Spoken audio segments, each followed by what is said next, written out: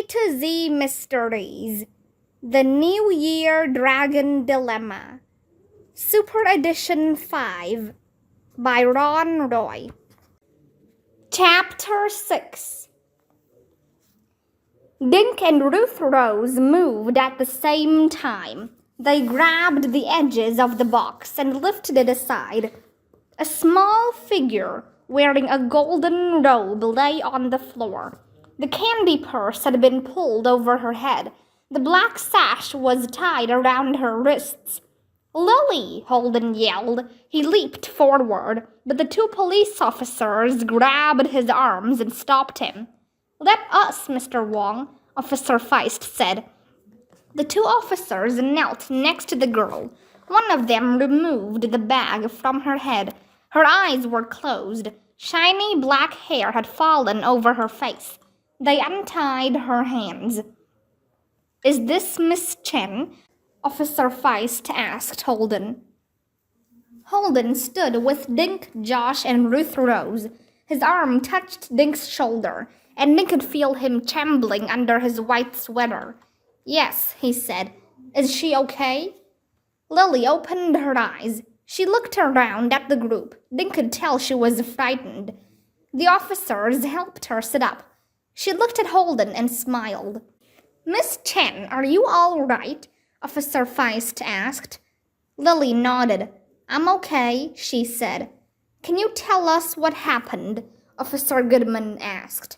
"The crown is gone," Dr. Worthington shouted. "Where is the ruby? I am responsible." "Please, sir," Officer Feist said, looking up at Dr. Worthington over her shoulder. "We'll handle this." Suddenly, Dr. Worthington stopped yelling. He brushed past Dink to the edge of the float. Dink watched him stare into the night, as if his mind was 1,000 miles away. His face was no longer angry. It was blank. "He took the crown," Lily said. "The man who grabbed me." Everyone except Dr. Worthington was watching Lily. She pushed her hair out of her face and sat up straighter. "I was standing on the box, throwing candy," she said. "Then I heard fireworks, and I was confused. We already had the fireworks before the dragon started walking, so I just looked up at them like everyone else. Suddenly someone climbed over the side of the float." She pointed to the top of the ladder. "It was a man wearing a dragon mask," she went on. "He pulled me down on the floor and took off my mask. Then he sprayed something in my face. It was awful, and it hurt my eyes. I felt him pull the crown off me. Then he put the bag over my head. I don't remember anything after that." Dink's mind flashed back a half hour. They were all watching the dragon walking along the parade route. One of the pairs of legs crawled out from under the dragon and hurried away in the other direction, toward the swan float. I think I saw him," Dink said. Everyone looked at him. "You saw who attacked Miss Chen?" Officer Feist said. Just then another police officer thudded up the ramp and into the middle of the swan float. "What's going on?" he asked the two officers. They explained the situation.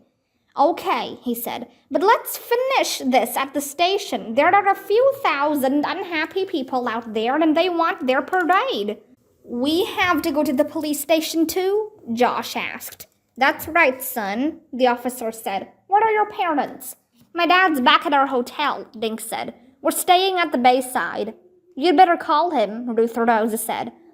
Everyone started to leave the float. Dink noticed that Holden and Lily each had a police escort.